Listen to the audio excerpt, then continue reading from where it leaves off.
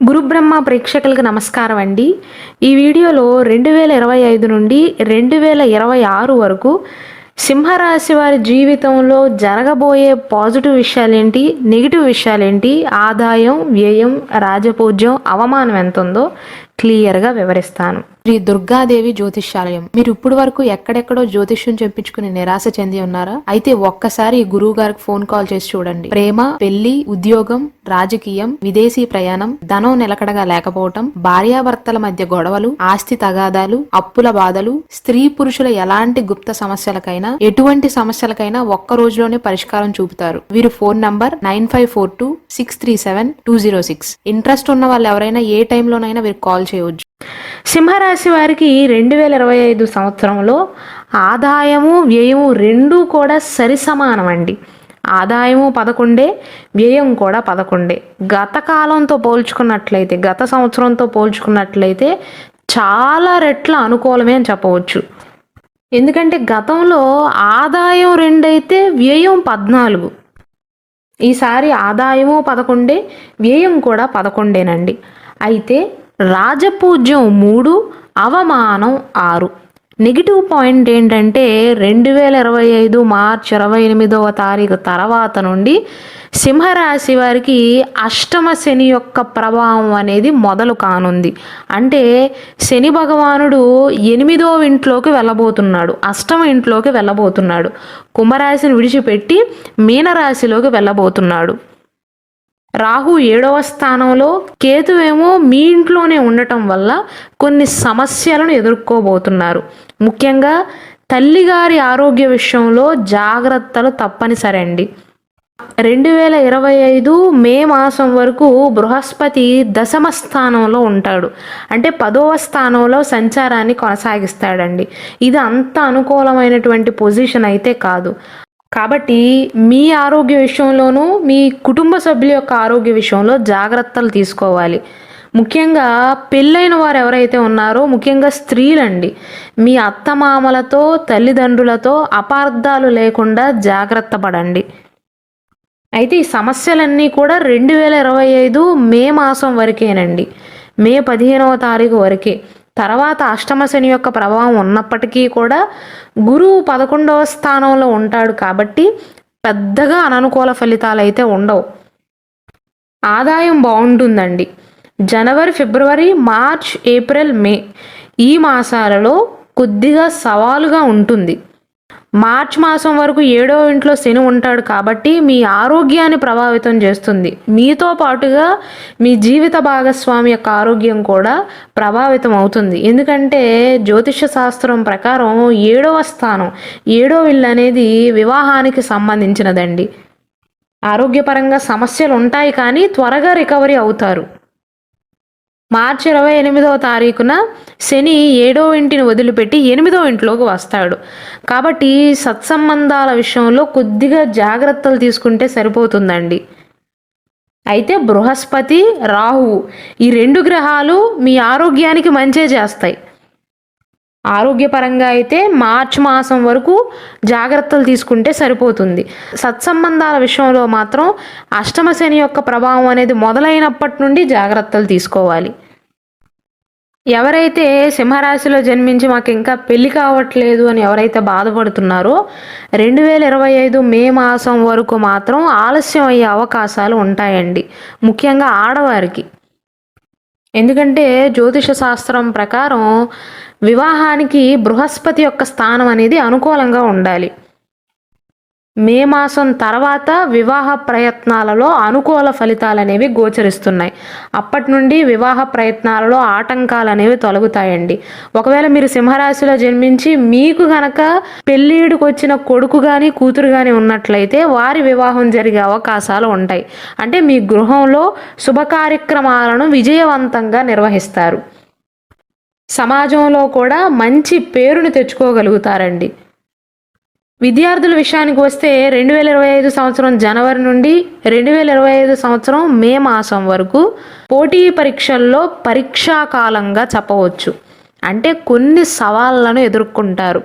మెయిన్గా మీ ఆరోగ్యం ప్రభావితం కావటం వల్ల ఆ ప్రభావం అనేది చదువు పైన పడుతుందండి. చదువులో చిన్న చిన్న ఆటంకాలు ఉంటాయి. అయితే మే మాసం తర్వాత నుండి అనుకూలమైనటువంటి ఫలితాలే గోచరిస్తున్నాయి. 11వ ఇంట్లో బృహస్పతి ఉండటం అదృష్టం అండి.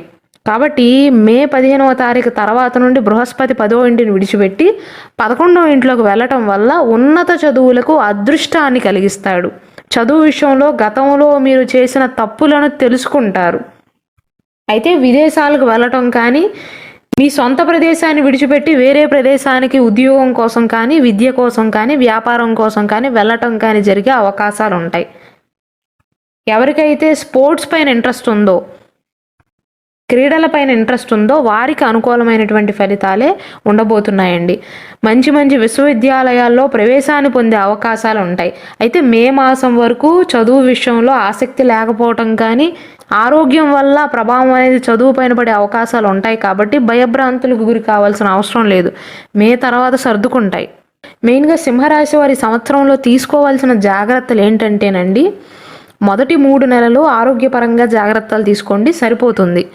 ఆ తర్వాత అష్టమ శని యొక్క ప్రభావం అనేది మీ పైన పడుతుంది. కాబట్టి మీరు ఏ పని మొదలు పెడదాము అనుకున్నా అది బంధువర్గం వారితో కానీ, లేదా మీ పైన ఎవరికైతే జలసీ ఉందని మీకు అనిపిస్తుందో వారితో చర్చించకపోవటమే మంచిది. నరదృష్టి ప్రభావం అనేది ఎక్కువగా ఉండే అవకాశాలు ఉంటాయి. మీ ఎదుగుదలను తట్టుకోలేని వారు అవాంతరాలను, ఆటంకాలను సృష్టించే అవకాశాలు ఉంటాయి. ముఖ్యంగా బంధువులు, స్నేహితులతో విరోధాలు ఏర్పడే అవకాశాలు ఉంటాయి. కాబట్టి మీ తల్లిదండ్రులను, మీ అత్తమామలను, మీ భర్తను, భార్యను, పిల్లలను నమ్మండే తప్ప బంధువర్గం వారితో అన్నీ పంచుకోవటం మంచిది కాదు. మీ పైన అసూయ వల్లే మిమ్మల్ని చెడు మార్గంలోకి తీసుకెళ్లే ప్రయత్నాలు చేయటం కానీ, నరదృష్టి ప్రభావం కానీ ఎక్కువగా ఉంటుంది. అయితే ఈ సంవత్సరంలో సినీ రంగంలో పనిచేసేవారికి, వ్యవసాయం చేసేవారికి, న్యాయానికి సంబంధించిన వృత్తులు ఏవైతే ఉన్నాయో, పోలీసులు కానీ, లేదా కోర్టుకు సంబంధించి కానీ, న్యాయవాదులు కానీ, జడ్జిలు కానీ, ప్రభుత్వ ఉద్యోగం చేసేవారికి విశేషంగా అనుకూలంగా ఉంటుందండి. ఆదాయం విషయంలో డోకా లేదు. మీరు బాధపడేదల్లా సత్సంబంధాల విషయంలో మాత్రమే. బంధువర్గం వారితో మీరు జాగ్రత్తలు తీసుకున్నారనుకోండి, ఎటువంటి ప్రాబ్లము లేదు. అలాగే ఉద్యోగపరంగా కూడా మీతో పాటు పనిచేస్తున్న సహ ఉద్యోగులందరినీ గుడ్డిగా నమ్మవద్దండి. మీరు ఒక విషయంలో పని చేసినట్లయితే ఆ పనిని మీ అంతరగా మీరే మీ పై అధికారులకు అప్పగించండి. ఆ క్రెడిట్ని మీరు తీసుకునే ప్రయత్నం చేయండి తప్ప మూడో వ్యక్తికి చెప్పవద్దు. నేను ఎందుకు ఎలా చెప్తున్నాను అంటే, సింహరాశి వారికి సంవత్సరం మొత్తంలో ఫలితాలు ఎలా ఉంటాయి ఒక్క ముక్కలో చెప్పాలి అంటే, ఆదాయం విషయంలో ప్రాబ్లం లేదండి. విపరీతమైనటువంటి ఆదాయం ఉంటుంది, కానీ వచ్చిన ఆదాయం అనేది నిలబడదు, ఖర్చు అయిపోతుంది. దానికి తోడు అష్టమ శని ప్రభావం అనేది ఉంటుంది. కాబట్టి బృహస్పతి అనుకూలంగానే ఉన్నాడు. గురుబలం ఉండగా ఏ విషయంలోనూ భయభ్రాంతులకు గురి కావాల్సిన అవసరం లేదు. అష్టమ శని ఉంది కాబట్టి మూడో వ్యక్తిని నమ్మొద్దు అని చెప్తున్నా. మీ పైన ఎవరికైతే జలసీ ఉందో వారిని నమ్మవద్దండి. అది ఉద్యోగంలో కావచ్చు, విద్యపరంగా కావచ్చు, వ్యాపారంలో కావచ్చు, కుటుంబంలో కావచ్చు. అలాగే తల్లిగారి ఆరోగ్యం విషయంలో జాగ్రత్తలు తీసుకోండి, మీరు స్త్రీలైనా పురుషులైనా సరే. ఇక తీసుకోవాల్సిన పరిహారాల విషయానికి వస్తే, సింహరాశి వారు ప్రతిరోజు ఉదయాన్నే నిద్రలేచి సూర్యోదయం సమయంలో రాగి చెంబులో సూర్యునికి అర్ఘ్యాన్ని సమర్పించండి. అలానే అష్టమ శని ప్రభావం అనేది మార్చ్ తర్వాత నుండి మొదలవుతుంది కాబట్టి, మార్చ్ 29వ తారీఖు నుండి మొదలవుతుంది కాబట్టి నలుపు రంగులో ఉన్న దుస్తులను సాధ్యమైనంత వరకు ధరించవద్దు. శనికి సంబంధించిన పూజలను నిర్వహించటం కానీ, లేదా పూజలు చేసే అంత స్తోమత లేకపోయినా ఉదయాన్నే మీరు లేవగానే మీ ఇంట్లో అన్నం వండుకుంటే అన్నం, ఏ పదార్థం ఉంటే ఆహార పదార్థాన్ని ప్లేట్లో పెట్టి పితృదేవతలను స్మరించుకుని కాకులకు ఆహారాన్ని అందించండి. అలాగే కుక్కలకు ఆహారాన్ని అందించండి. మీకు ఆరోగ్యం సహకరిస్తేనే శనివారం నాడు నియమాలను పాటించండి. శనివార నియమాలు అంటారు. శనివారం శని భగవానుడికి అంకితం చేయబడిన రోజు కాబట్టి ఆ రోజును మీరు ఎంత మంచి చేస్తే అంత మంచిది. ఇంట్లో పెద్దవారిని దూషించవద్దు. శని భగవానుని పూజలు చేసి ప్రసన్నం చేసుకోవటం కంటే కూడా మంచి పనులు చేసి త్వరగా ప్రసన్నం చేసుకోవచ్చండి. కాబట్టి ఈ విషయాన్ని సింహరాశి వారు గ్రహించాలి. మీరు భయపడవలసిన అవసరం లేదండి. గురువు బాగానే ఉన్నాడు. నరదృష్టి విషయంలోనూ, స్నేహితులతో, బంధువులతో విరోధాల విషయంలో జాగ్రత్తలు తీసుకుంటే సరిపోతుంది. ఆదాయపరంగా కూడా మీకు బాగానే ఉంటుంది.